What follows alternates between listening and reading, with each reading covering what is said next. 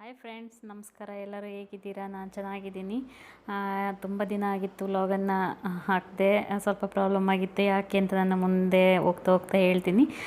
ಇವತ್ತು ಸ್ವಲ್ಪ ಬೇಜಾರಿಂದನೇ ವ್ಲಾಗನ್ನು ಸ್ಟಾರ್ಟ್ ಮಾಡಿದ್ದೀನಿ. ಇವತ್ತು ಬಂದು ಬುಧವಾರ. ಇವತ್ತು ಬೆಳಗ್ಗೆ ಉಪ್ಪಿಟ್ಟನ್ನು ಮಾಡ್ತಾಯಿದ್ದೀನಿ ಟಿಫನ್ನಿಗೆ. ಯಾಕಂದರೆ ಇವತ್ತು ಸ್ವಲ್ಪ ಮನೆ ಕ್ಲೀನಿಂಗು, ಅಂದರೆ ಡೀಪ್ ಕ್ಲೀನಿಂಗು. ಅಮಾವಾಸ್ಯೆಗೆ ಕ್ಲೀನ್ ಮಾಡಿದ್ದೆ. ಇವತ್ತು ನಾನು ಶುಕ್ರವಾರ, ಅಂದರೆ 3ನೇ ಶುಕ್ರವಾರ ವರಮಹಾಲಕ್ಷ್ಮಿ ಪೂಜೆನ ಮಾಡ್ತಾಯಿದ್ದೀನಿ. ನಾನು 2ನೇ ವಾರ ಮಾಡಿರಲಿಲ್ಲ. ಈಗ 3ನೇ ವಾರ ಶುಕ್ರವಾರ ವರಮಹಾಲಕ್ಷ್ಮಿ ಹಬ್ಬನ ಮಾಡ್ತಾಯಿದ್ದೀನಿ. ಹಾಗಾಗಿ ಸ್ವಲ್ಪ ಮನೆ ಕ್ಲೀನ್ ಮಾಡ್ಕೊಳ್ಬೇಕಲ್ವಾ.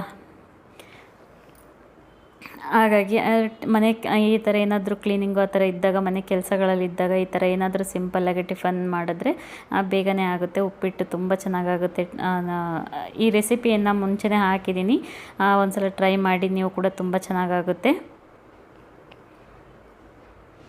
ಬನ್ನಿ, ಇವಾಗ ಟಿಫನ್ ಮಾಡಿದ್ದಾಗಿದೆ. ಇವಾಗ ನಾನಿಲ್ಲಿ ಕರ್ಟನ್ ಎಲ್ಲ ಮಿಷಿನ್ಗೆ ಹಾಕ್ತಾಯಿದ್ದೀನಿ. ಯಾಕಂದರೆ ಇವಾಗ ಮಳೆ ಇರೋದ್ರಿಂದ ಮಿಷಿನ್ಗೆ ಹಾಕ್ತಾಯಿದ್ದೀನಿ. ಬೇಗ ಸ್ವಲ್ಪ ಡ್ರೈ ಆಗಿಬಿಡುತ್ತೆ ಅಲ್ವಾ. ಮತ್ತು ನಾನು ಮೊನ್ನೆ ಹಾಕಿರಲಿಲ್ಲ, ಅಮಾವಾಸ್ಯೆಗೆ ಹಾಕಿರಲಿಲ್ಲ. ಯಾಕಂದರೆ ಮಳೆ ಅಂದರೆ ತುಂಬ ಮಳೆ ಇತ್ತಲ್ವ, ಅವು ಒಣಗೋದಕ್ಕೂ ಕೂಡ ಜಾಗ ಇಲ್ಲ, ಮತ್ತು ಒಣಗ್ತಾ ಇರಲಿಲ್ಲ, ಬಿಸಿಲಿರಲಿಲ್ಲ. ಹಾಗಾಗಿ ಇವತ್ತು ನಾನು ಹಾಕ್ತಾಯಿದ್ದೀನಿ. ಯಾಕಂದರೆ ಮನಸ್ಸು ಒಪ್ಪೋದಿಲ್ಲ ಅಲ್ವಾ, ಹಾಗೆ ಪೂಜೆ ಮಾಡಿದರೆ ಮತ್ತೆ ಮನಸ್ಸು ಒಪ್ಪೋದಿಲ್ಲ. ಹಾಗಾಗಿ ಇವತ್ತು ಸ್ವಲ್ಪ ಹಾಗೆ ಬಿಸಿಲು ಬೀಳ್ತಾ ಇತ್ತು. ಹಾಗಾಗಿ ಇವತ್ತು ಮಿಷಿನ್ಗೆ ಹಾಕ್ತಾಯಿದ್ದೀನಿ.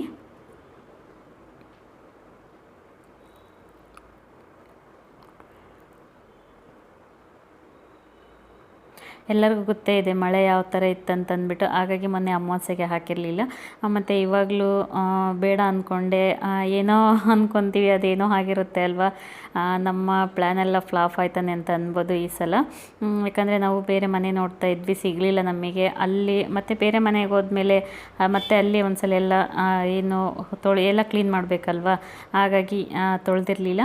ಮತ್ತು ಈ ಸಲ ಮತ್ತೆ ಮಾಡಿಬಿಡೋಣ, ವರ್ಷ ಮಾಡ್ತೀವಿ, ಈ ಸಲ ಬಿಟ್ಟರೆ ಮತ್ತೆ ಹಾಗೆ ಆಗುತ್ತೆ ವರ್ಷ ಅಂತ ಅಂದ್ಬಿಟ್ಟು, ಅತ್ಲಾಗೆ 3ನೇ ವಾರ ಅಂತ ಅಂದ್ಬಿಟ್ಟು 3ನೇ ವಾರಕ್ಕೇ ಮಾಡ್ತಾಯಿದ್ದೀನಿ. ಹಾಗೆ ಇಲ್ಲಿ ಉಪ್ಪನ್ನು ನೀವು ನೋಡ್ಬೋದು. ನಾವು ಕಿಟಕಿಗಳಲ್ಲಿ ಉಪ್ಪನ್ನು ಇಡ್ತೀವಿ. ಉಪ್ಪಿಟ್ಟರೆ ಈ ಥರ ಕಿಟಕಿಗಳಲ್ಲಿ ಮತ್ತು ಮನೆ ಮೂಲೆಯಲ್ಲಿ ಈ ಥರ ಉಪ್ಪಿಟ್ಟರೆ ಮನೆಯಲ್ಲಿ ನೆಗೆಟಿವ್ ಎನರ್ಜಿ ಇರೋದಿಲ್ಲ ಅಂತ ಹೇಳ್ತಾರೆ. ಹಾಗಾಗಿ ನಾವು 15 ಮತ್ತು ಇದು ಇಟ್ಬಿಟ್ಟು 15 ದಿನಕ್ಕೊಮ್ಮೆ ಚೇಂಜನ್ನು ಮಾಡ್ತೀವಿ. ಧೂಳು ನೋಡ್ಬೋದು, ಎಷ್ಟು ಧೂಳಿದೆ ಅಂದರೆ ಮನೆ ನಮ್ಮದು ರೋಡ್ ಪಕ್ಕಕ್ಕೆ ಇರೋದ್ರಿಂದ ತುಂಬ ಅಂದರೆ ತುಂಬ ಧೂಳಾಗುತ್ತೆ. ಮತ್ತು 15 ದಿನಕ್ಕೊಮ್ಮೆ ಈ ಥರ ಕ್ಲೀನ್ ಮತ್ತು ಚೇಂಜ್ ಮಾಡ್ತಾ ಇರ್ತೀವಿ ಉಪ್ಪನ್ನು, ಅಮಾವಾಸ್ಯೆಗೆ ಮತ್ತು ಹುಣ್ಣಿಮೆಗೆ. ಮತ್ತು ಇದನ್ನು ಉಪ್ಪನ್ನು ಎಲ್ಲಿ ಬೇಕಲ್ಲಿ ಬಿಸಾಕಬಾರ್ದು. ಇದು ಬಂದು ಲಕ್ಷ್ಮಿ ಸಂಕೇತ ಅಲ್ವಾ. ಇದನ್ನು ಸಿಂಕಿಗೆ ಅಡುಗೆ ಮನೆಯಲ್ಲಿರೋ ಸಿಂಕಿಗೆ ಹಾಕ್ಬೋದು, ಹಾಗೆ ಮತ್ತು ನಿಮ್ಮ ಬಾತ್ರೂಮ್ಗೆ ಹಾಕ್ಬೋದು. ನಾನೇನು ಮಾಡ್ತೀನಿ, ಇದು ಉಪ್ಪನ್ನೆಲ್ಲ ಪುಡಿ ಮಾಡಿ ನೀರು ಹಾಕಿ ಅಂದರೆ ಉಪ್ಪು ಕರಗೋದಕ್ಕೆ ಬಿಟ್ಟು ಸಿಂಕಿಗೆ ಹಾಕ್ಬಿಡ್ತೀನಿ. ಮತ್ತು ತಿರುಗಾಡೋ ಜಾಗಕ್ಕೆಲ್ಲ ಹಾಕಬಾರ್ದಲ್ವ, ಹಾಗಾಗಿ ಸಿಂಕಿಗೆ ಹಾಕ್ಬಿಡ್ತೀನಿ. ನೋಡ್ಬೋದು ಕಿಟಕಿಗಳೆಲ್ಲ ಒರೆಸೋದಿದೆ, ತುಂಬ ಕೆಲಸ ಇದೆ ಇವತ್ತು. ನೋಡ್ಬೋದು ಎಷ್ಟು ಟಯರ್ಡ್ ಆಗಿದೆ ಅಂತ ಅಂತೀರ. ಬೆಳಗ್ಗಿಂದ ಫುಲ್ ಕ್ಲೀನಿಂಗು, ಸ್ವಲ್ಪ ಧೂಳೆಲ್ಲ ಹೊಡ್ಕೊಂಡೆ. ಮತ್ತು ಇವಾಗೆಲ್ಲ ಕಿಟಕಿಗಳೆಲ್ಲ ಸ್ವಲ್ಪ ಒರೆಸ್ಕೋಬೇಕು. ಇನ್ನೊಂದೇ ದಿನ ಬಾಕಿ ಅಲ್ವಾ. ಮತ್ತು ನಾಳೆ ಎಲ್ಲ ಪೂರ್ತಿ ಏನಾದರೂ ಶಾಪಿಂಗ್ ಇರುತ್ತೆ. ಹಾಗೆ ನಾನು ರೇಷ್ಮೆ ಸೀರೆಯನ್ನು ತೊಗೊಂಡೆ, ಅದನ್ನು ಕೂಡ ನಾನು ತೋರಿಸ್ತೀನಿ ನಿಮಗೆ.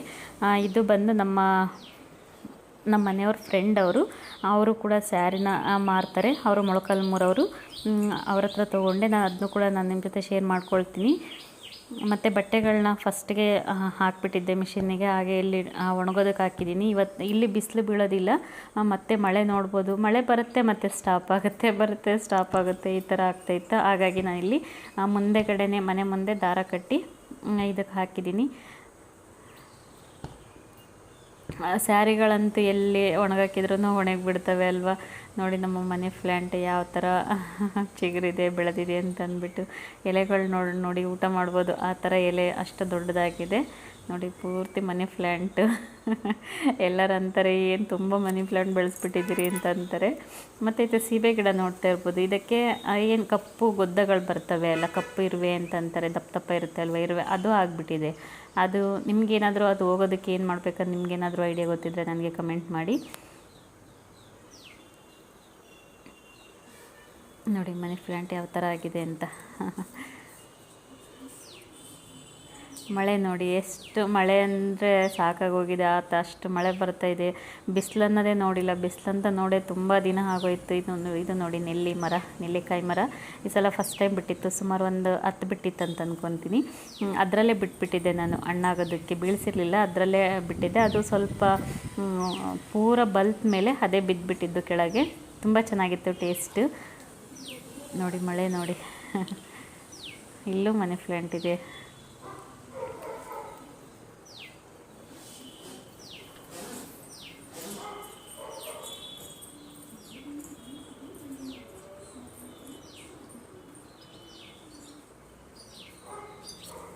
ಮತ್ತು ಇದು ಮಲ್ಲಿಗೆ ಗಿಡ. ಇದನ್ನ ಕಟ್ ಮಾಡಬೇಕಂತ ಏನಿ, ಅದು ಟೈಮೇ ಸಾಕಾಗ್ತಾ ಇಲ್ಲ ಕಟ್ ಮಾಡೋದಕ್ಕೆ. ಕಟ್ ಮಾಡಬೇಕು. ಈ ಟೈಮಲ್ಲಿ ಕಟ್ ಮಾಡಿದ್ರೆ ತುಂಬ ಚೆನ್ನಾಗಿ ಬೆಳೆಯುತ್ತೆ. ಹೂವೆಲ್ಲ ಕಟ್ ಮಾಡಿರ್ತೀವಿ ಅಲ್ವ, ಹೂವು ಬಿಡಬೇಕಾದ್ರೆ ಕಟ್ ಮಾಡಬಾರ್ದು ಅದನ್ನ. ನೋಡಿ ಅಂದರೆ ಮಳೆ ಬರ್ತಿತ್ತಲ್ವ, ಒಣಗಾಕಿದ್ದೆ. ಮತ್ತು ಸ್ವಲ್ಪ ಡ್ರೈ ಆಗಿದೆ, ಇನ್ನೊಂದು ಸ್ವಲ್ಪ ಇದೆ, ಹಾಗೆ ತಂದು ಹಾಕಿದ್ದೀನಿ. ಮತ್ತು ಹಾಗೆ ಬಿಟ್ಬಿಟ್ರೆ ಮತ್ತೆ ನೆಂದುಬಿಡುತ್ತೆ, ಹಾಗೆ ಮತ್ತೆ ಸ್ಮೆಲ್ ಬಂದುಬಿಡ್ತವೆ ಅಂತ ಅಂದ್ಬಿಟ್ಟು ಸ್ವಲ್ಪ ಡ್ರೈ ಆಗಿತ್ತು, ಹಾಗೆ ತಂದು ಒಳಗಡೆ ಹಾಕಿದ್ದೀನಿ, ಗಾಳಿಗೆ ಡ್ರೈ ಆಗ್ತವೆ ಅಂತ ಅಂದ್ಬಿಟ್ಟು. ಮತ್ತು ಇವತ್ತು ಮಲ್ಲಿಗೆ ಮೊಗ್ಗನ್ನು ತರಿಸಿದ್ದೆ ನಾನು. ಯಾಕಂದರೆ ಹಬ್ಬ ಅಂದರೆ ಪೂಜೆ ಅಂದಮೇಲೆ ಹೂವು ಬೇಕಾಗುತ್ತೆ ಅಲ್ವಾ. ಹಾಗಾಗಿ ನಾನು ಮಲ್ಲಿಗೆ ಮೊಗ್ಗನ್ನು ತರಿಸಿದ್ದೆ. ನಾನೇ ಕಟ್ತಾಯಿದ್ದೀನಿ. ಮಾರು ಬಂದು ಎಷ್ಟು 150 ರೂಪಾಯಿನ ಮಾರಿದೆಯಂತೆ. 100 ರೂಪಾಯಿ 150 ರೂಪಾಯಿ ಮಾರಿದೆಯಂತೆ. ಇದು ಬಂದು 1/4 kg ಹೂವು 180 ರೂಪಾಯಿ ಇದೆ. ನೋಡಿ, ಈ ಥರ ಮೊಗ್ಗನ್ನು ತರಿಸಿ ಕಟ್ಕೊಂಡ್ರೆ ನಮಗೇನೆ ಒಂದು 2 ರಿಂದ 3 ಮಾರು ಹೂವು ಬರುತ್ತೆ. ನಾನು ಯಾವಾಗಲೂ ಅಷ್ಟೇ, ಏನಾದರೂ ಪೂಜೆಗಳಾಗಿರ್ಬೋದು, ಹಬ್ಬಗಳಾಗಿರ್ಬೋದು, ಮತ್ತು ಈ ಥರ ನನಗೆ ಮೊಗ್ಗು ಯಾವಾಗಾದರೂ ಸಿಕ್ಕಿದ್ರೆ ನಾನು ಈ ಥರ ತಂದು ಕಟ್ಟಿ ಇಟ್ಕೊಳ್ತೀನಿ. ನನಗೆ ಹೂ ಕಟ್ಟೋದಂದ್ರೆ ತುಂಬ ಇಷ್ಟ. ಹಾಗಾಗಿ ನನಗೆ ಮೊಗ್ಗು ಸಿಕ್ಕಿದರೆ ಮಾರು ತರೋದಿಲ್ಲ. ಈ ಥರ ಮೊಗ್ಗು ಸಿಕ್ಕಿದರೆ ಮೊಗ್ಗನ್ನು ತರಿಸಿ ನಾನೇ ಕಟ್ಕೊಳ್ತೀನಿ. ಕಟ್ಟಿ ಒಂದು ವಾರದವರೆಗೂ ಬರುತ್ತೆ. ನಮಗೆ ಯಾವಾಗ ಬೇಕು ಆವಾಗ ನಾವು ಹಾಕ್ಕೊಳ್ಬೋದು ಫೋಟೋಗಳಿಗೆ, ಅಂದರೆ ಕಳಸಗಳಿಗೆಲ್ಲ. ಮತ್ತು ವರಮಹಾಲಕ್ಷ್ಮಿ ಅಂದರೆ ಗೊತ್ತೇ ಇರುತ್ತೆ ಅಲ್ವಾ. ಮತ್ತು ಎಲ್ಲರಿಗೂ ಬಂದವ್ರಿಗೆ ಕುಂಕುಮ ಜೊತೆ ಕೊಡೋಕ್ಕಿರುತ್ತೆ, ಮತ್ತು ನನಗೂ ಕೂಡ ಇರುತ್ತೆ. ಹಾಗಾಗಿ ಈ ಸಲ ಮೊಗ್ಗನ್ನು ತರಿಸಿದೆ. ಮತ್ತು ನನಗೆ ಬಿಡಿ ಹೂವು ಸಿಕ್ಕಿಲ್ಲ, ಸೇವಂತಿಗೆ, ಗುಲಾಬಿ ಹೂವು ತರಿಸಿಲ್ಲ. ನಾಳೆ ನನ್ನ ತಮ್ಮ ಬರ್ತಾಯಿನೇ ಬಾಗಿನ ತೊಗೊಂಡು. ಅವನಿಗೆ ಹೇಳಿದ್ದೀನಿ ತೊಗೊಂಬರೋದಕ್ಕೆ ಅಲ್ಲಿ ಅರಸೀಕೆರೆನಲ್ಲಿ. ಏನು ಹೇಳ್ತಾರೆ ಅದು, ಮಾರಿಗೋಲ್ಡ್ ಸೇವಂತಿಗೆ ಅಂತ ಹೇಳ್ತಾರೆ ಅಲ್ವಾ, ಅದು ಸಿಕ್ಕಿದರೆ ತೊಗೊಂಡು ಬಾ ಅಂತ ಹೇಳಿದ್ದೀನಿ. ತೊಗೊಂಡು ಬರ್ತಾನೆ.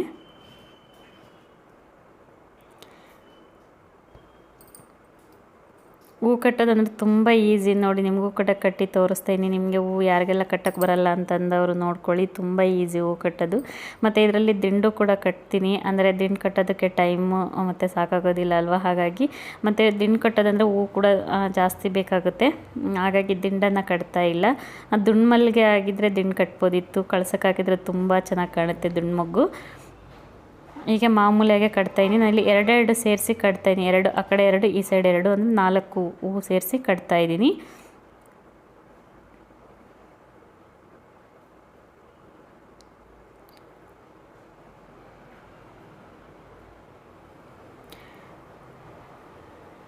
ನೋಡಿ, ಈ ಥರ ಕಟ್ಟಿದರೆ ಆಯಿತು. ಮತ್ತು ಫ್ರೆಂಡ್ಸ್, ಯಾಕಂತ ಅಂದರೆ ತುಂಬ ಬೇಜಾರಲ್ಲಿ ವ್ಲಾಗನ್ನು ಸ್ಟಾರ್ಟ್ ಮಾಡಿದ್ದೀನಿ ಅಂತಂದರೆ, ನನಗೆ 1 ವಾರದ್ದು ವಿಡಿಯೋ, ಫುಲ್ 1 ವಾರದ ವಿಡಿಯೋ ಇತ್ತು. ಅದೆಲ್ಲ ಪೂರ ಡಿಲೀಟ್ ಆಗೋಯಿತು. ತುಂಬ ಬೇಜಾರು ಅಂದರೆ ಬೇಜಾರು. ಎಷ್ಟು ಹುಡುಕೀನಿ ಅಂತಂದರೆ, ಅಷ್ಟು ಸರ್ಚ್ ಮಾಡಿದ್ರೂ ಅದು ವಿಡಿಯೋನೂ ಸಿಗ್ತಾಯಿಲ್ಲ, ಫೋಟೋಸು ಸಿಗ್ತಾಯಿಲ್ಲ. ಹೊಸಪೇಟೆಗೆ ಹೋಗಿದ್ದೊಂದು ವಿಡಿಯೋ ಇತ್ತು. ಹಾಗೆ ಅಲ್ಲಿ ಬುಕ್ ಸಾಗರ ಅಂತ ಗೊತ್ತಿದೆ ನಿಮಗೆ, ಬುಕ್ ಸಾಗರಕ್ಕೆ ಹೋಗಿದ್ದು ಒಂದು ವಿಡಿಯೋ ಇತ್ತು. ಹೊಸಪೇಟೆ ಹತ್ರ ಬುಕ್ ಸಾಗರ ಅಂತ ಇದೆ, ಅಲ್ಲಿಗೆ ಹೋಗಿದ್ದು ವಿಡಿಯೋ ಇತ್ತು. ಡ್ಯಾಮ್ ಹತ್ರ ಹೋಗಿದ್ದು ವಿಡಿಯೋ ಇತ್ತು. ಎಲ್ಲ ವಿಡಿಯೋನೂ ಡಿಲೀಟ್ ಆಗೋಗಿದೆ. ತುಂಬ ಅಂದರೆ ತುಂಬ ಬೇಜಾರು. ಮತ್ತು ನಾಗರ ಪಂಚಮಿಗೆ ಉಂಡೆಗಳು ಮಾಡಿದ್ದಿತ್ತು, ನಾಗರ ಪಂಚಮಿ ವ್ಲಾಗಿತ್ತು, ಎಲ್ಲ ಕೂಡ ಡಿಲೀಟ್ ಆಗೋಯಿತು. ಎಷ್ಟು ಸರ್ಚ್ ಮಾಡಿದೆ ಅಂತಂದ್ರೂ ಎಲ್ಲೂ ಕೂಡ ಅದು ಫೋಟೋ ಆಗಲಿ ವಿಡಿಯೋ ಆಗಲಿ ಸಿಗಲಿಲ್ಲ. ಹಾಗಾಗಿ ಮತ್ತೆ ಸ್ವಲ್ಪ ಮತ್ತೆ ಹಿಂಗೆ ಏನಾದರೂ ಪ್ರಾಬ್ಲಮ್ ಇರುತ್ತೆ ಅಲ್ವಾ. ಹಾಗಾಗಿ ಎಷ್ಟು ಹುಡುಕಿದೆ ಅಂತಂದರೆ ಅಷ್ಟು ಸಿಗಲಿಲ್ಲ ಅಂದರೆ ಮತ್ತೆ ಬೇಜಾರಾಗುತ್ತೆ ಅಲ್ವಾ. ಹಾಗಾಗಿ ಕೂಡ ವೀಡಿಯೋನ ಹಾಕಿರಲಿಲ್ಲ. ನೋಡಿ, ಈ ಥರ ಕಟ್ಟಿದರೆ ಆಯಿತು. ಕಟ್ಟಿ ನಾನು ಆಮೇಲೆ ಸಿಗ್ತೀನಿ ಫ್ರೆಂಡ್ಸ್ ನಿಮಗೆ. ನೋಡಿ, ಇವಾಗ ಇಷ್ಟು ಹೂವನ್ನು ಕಟ್ಟಿದ್ದೀನಿ. ಹಾಗೆ ಇವಾಗ ರಾತ್ರಿ ಆಗಿದೆ. ಆಗ ಮತ್ತೆ ಟಿ ವಿ ನೋಡಿಕೊಂಡು, ಊಟ ಎಲ್ಲ ಮುಗಿಸಿ ಟಿ ವಿ ನೋಡಿಕೊಂಡು ಹಾಗೆ ಹೂವನ್ನು ಕಟ್ತಾಯಿದ್ದೆ. ಮತ್ತು ಹಾಗೆ ಇಟ್ಟರೆ ಮತ್ತು ನಾಳೆ ಎಲ್ಲ ಕಟ್ಟೋಕ್ಕಾಗೋದಿಲ್ಲ ಅಲ್ವಾ. ಹಾಗೆ ಪೂರ ಕಟ್ಟಿ ಮುಗಿಸ್ಬೇಡ ಅಂತಂದ್ಬಿಟ್ಟು ಹೂವನ್ನು ಕಟ್ತಾಯಿದ್ದೀನಿ. ಮತ್ತು ನಿಮಗೆಲ್ಲ ಒಂದು ಖುಷಿ ವಿಷಯ ಅಂತಂದರೆ ಯೂಟ್ಯೂಬಲ್ಲಿ ಫಸ್ಟ್ ಸ್ಯಾಲ್ರಿ ಬಂತು ಈ ಸಲ. ಫಸ್ಟ್ ಸ್ಯಾಲ್ರಿ ಬರೋದೇನೋ ಬಂತು, ಖುಷಿ ಅದೇ. ಹಾಗೆ ನನ್ನ ಗೂಗಲ್ ಅಡ್ಸೆನ್ಸಲ್ಲಿ ಸ್ವಲ್ಪ ಪ್ರಾಬ್ಲಮ್ ಆಯಿತು. ತುಂಬ ಅಂದರೆ ತುಂಬ ಬೇಜಾರು, ಯಾಕೋ ನನ್ನ ಟೈಮೇ ಸರಿ ಇಲ್ಲ ಅಂತ ಅಂದ್ಕೊತೀನಿ. ಒಂದು ಕಡೆ ವೀಡಿಯೋಸು ಫೋಟೋಸ್ ಎಲ್ಲ ಡಿಲೀಟ್ ಆಗೋದು, ಮತ್ತು ನನ್ನ ಯೂಟ್ಯೂಬಲ್ಲಿ ಅಮೌಂಟ್ ಬಂತು ಅಂತ ಒಂದು ಕಡೆ ಖುಷಿ ಆದರೆ ಈ ಥರ ಪ್ರಾಬ್ಲಮ್ ಆಯಿತು. ಏನು ಮಾಡೋಕ್ಕಾಗೋದಿಲ್ಲ ಅಲ್ವಾ, ಬಂದಿದ್ದೆಲ್ಲ ಬರಲಿ, ಆಗೋದೆಲ್ಲ ಒಳ್ಳೆಯದಕ್ಕೆ ಅಲ್ವಾ.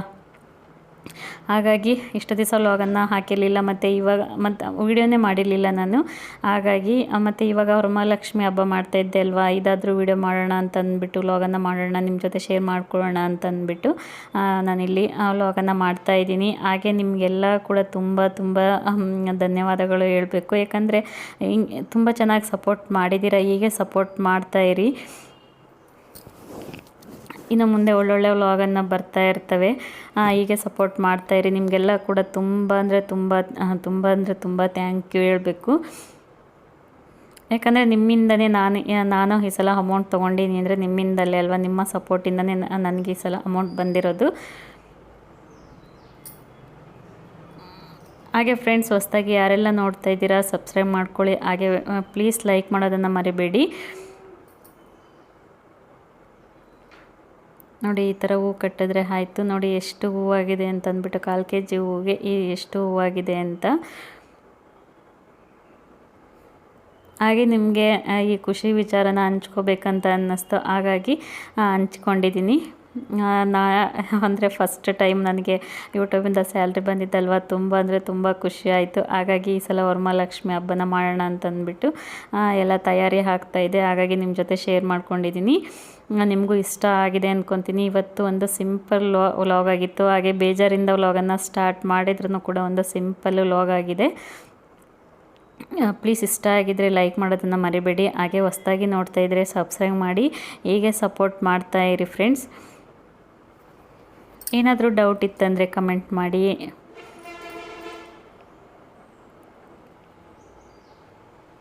ಸೊ ಬಾಯ್ ಫ್ರೆಂಡ್ಸ್, ಇವತ್ತಿನ ವ್ಲಾಗನ್ನು ಇಲ್ಲಿಗೆ ಹೆಣ್ಣು ಮಾಡ್ತೀನಿ. ಇನ್ನೂ ತುಂಬಾ ಇದೆ ಹೂ ಕಟ್ಟೋದು. ಹೂವನ್ನು ಕಟ್ಟಿ ಮುಗಿಸ್ತೀನಿ, ರಾತ್ರಿ ಆಗುತ್ತೆ.